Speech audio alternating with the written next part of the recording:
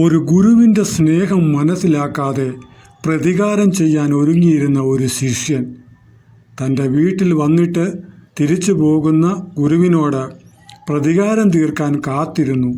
പക്ഷേ തൻ്റെ പിതാവുമായി സംസാരിച്ച ഗുരുവിൻ്റെ വാക്കുകൾ മറഞ്ഞു നിന്ന് കേട്ട് അവൻ പൊട്ടിക്കരഞ്ഞുപോയി. ഗുരുകുലത്തിലെ ഒരു ശിഷ്യൻ വല്ലാതെ ദുഃഖിച്ചിരുന്നു.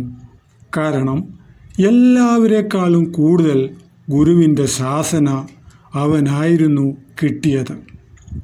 എന്തുകൊണ്ട് ഇങ്ങനെ സംഭവിക്കുന്നുവെന്ന് അവൻ ചിന്തിച്ച് ദുഃഖിച്ചു. അവനത് മനസ്സിലായില്ല. മറ്റുള്ളവരുടെ മുൻപിൽ, അവരുടെ മുൻപാകെ എന്നെ അയാൾ കൊച്ചാക്കുകയാണ് ചെയ്യുന്നത് എന്ന് കരുതി അവൻ പല്ല് കടിച്ചു. ഉള്ളുകൊണ്ട് ഗുരുവിനെ വെറുത്തു. അവനെ ഒറ്റപ്പെട്ടവനായി കരുതി മറ്റു ശിഷ്യന്മാരിൽ നിന്നും മനസ്സുകൊണ്ട് ഒഴിഞ്ഞുമാറി. എപ്പോഴെങ്കിലും അവസരം കിട്ടിയാൽ ഇയാളെ ഞാൻ വിടുകയില്ല, പ്രതികാരം ചെയ്യുമെന്ന് അവൻ മനസ്സിൽ നിശ്ചയിച്ചു. ഒരു ദിവസം ഗുരു അവനോട്, ഞാൻ എത്ര പറഞ്ഞിട്ടും നീ മെച്ചപ്പെടുന്നില്ല.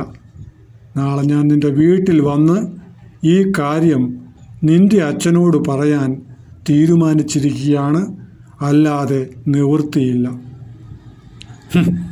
വീട്ടിൽ വാ, കാണിച്ചു തരാം, അവൻ മനസ്സിൽ പറഞ്ഞു. അവൻ പ്രതികാരം ചെയ്യാൻ കരുതിയിരുന്നു. ഗുരുവിനെ കണ്ടപ്പോൾ പിതാവ് സ്നേഹത്തോടെ സ്വീകരിച്ചു. എടോ, തൻ്റെ മകന് മറ്റുള്ള ശിഷ്യന്മാരെക്കാൾ കൂടുതൽ ബലഹീനത ഉള്ളതുകൊണ്ട് ഞാൻ അവനെ കൂടുതൽ ശ്രദ്ധിക്കുന്നു. അവൻ കൂടുതൽ മിടുക്കനായി കാണാൻ ഞാൻ അതിയായി ആഗ്രഹിക്കുന്നു. അവനെ ഞാൻ ശരിയാക്കും, അച്ഛൻ പറഞ്ഞു. അപ്പോൾ ഗുരു, ഒന്നും ചെയ്യരുത്. പഠനത്തിൽ പുറകിലാണെങ്കിലും സത്യസന്ധത ഉള്ളവനാണ്. സ്നേഹത്തോടെ ഉപദേശിക്കുക മാത്രം എന്ന് പറയാനാണ് ഞാൻ വന്നത്. എന്തോ എനിക്കവനെ വളരെ ഇഷ്ടമാണ്. ഇത് കേട്ടപ്പോൾ പ്രതികാരം ചെയ്യാൻ പമ്മിയിരുന്നവൻ്റെ കൈ വിറച്ചു, കണ്ണുകൾ നിറഞ്ഞു. എന്നോട് ക്ഷമിക്കൂ എന്ന് നിറകണ്ണുകളോടെ അവൻ പറഞ്ഞു.